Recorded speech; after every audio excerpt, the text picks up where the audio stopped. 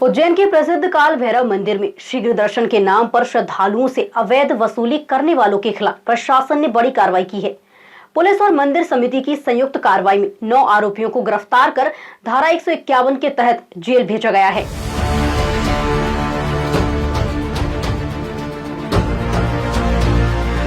मकर संक्रांति, 26 जनवरी तथा वसंत पंचमी जैसे पर्वों को देखते हुए काल भैरव मंदिर में श्रद्धालुओं की भारी भीड़ उमड़ रही है।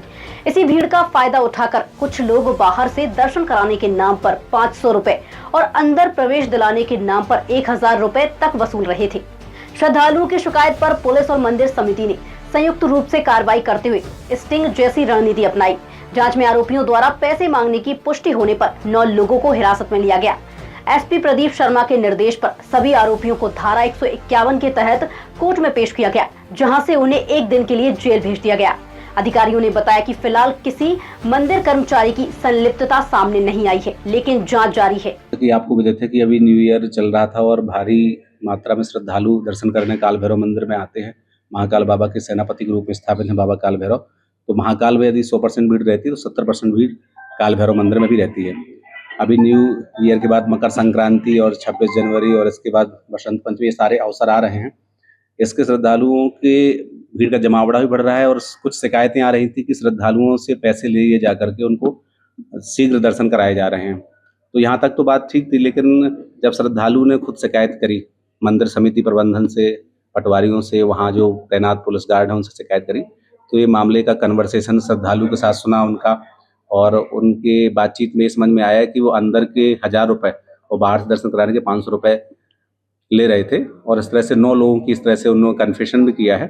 तो उनके तहत टीआई को निर्देशित किया गया कि वो 151 में संबंधित आरोपियों को जो है कोर्ट में प्रस्तुत करें, और उन्होंने उसके तहत सभी आरोपियों को कोर्ट में प्रस्तुत किया।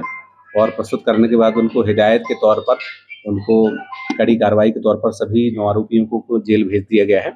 और हम प्रयास करेंगे कि यदि ये कार्रवाई में उनको समझ नहीं आती है तो इसके बाद बड़ी कार्रवाई भी उनके ऊपर एफआईआर और अन्य मुकदमे प्रकरण दर्ज कराकर की जाएगी। चूंकि ये मिलीभगत का उनके आधार पर बोला नहीं गया है कि किसकी मिलीभगत से है, लेकिन इसमें संदेह नहीं है कि कोई ना कोई इसमें जुड़ा होगा। लेकिन अब चूंकि उनने खुद भी नहीं व्यक्त किया है, ना उनने अपने कन्फेशन में ऐसा बताया है, तो हम किसी के ऊपर आक्षेप लगाएं वो भी सही नहीं है।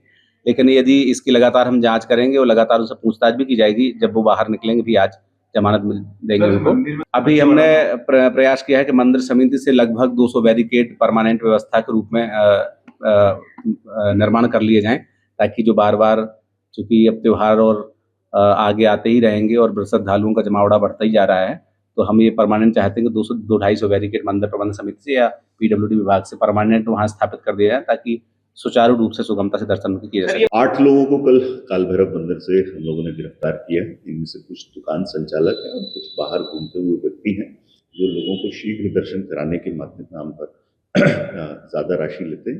ये 1000 रुपए से 1500 रुपए तक देने की जानकारी लगी है। इन 8 लोगों को गिरफ्तार किया गया, इनको अभी जेल भेजा गया। इनके मोबाइल की हमारी जो साइबर की टीम है वो जाँच कर रही है, और अगर इस तरह की कितना ट्रांजैक्शन पाया जाता है उसके संबंध में भी कार्रवाई की जाए। प्रशासन ने मंदिर परिसर में 200 से 250 स्थायी बैरिकेड्स लगाने का निर्णय लिया है, ताकि भीड़ नियंत्रण बेहतर हो सके। पुलिस और जिला प्रशासन ने चेतावनी दी है कि भविष्य में इस तरह की वसूली दोहराई गई तो एफआईआर दर्ज कर सख्त कार्रवाई की जाएगी।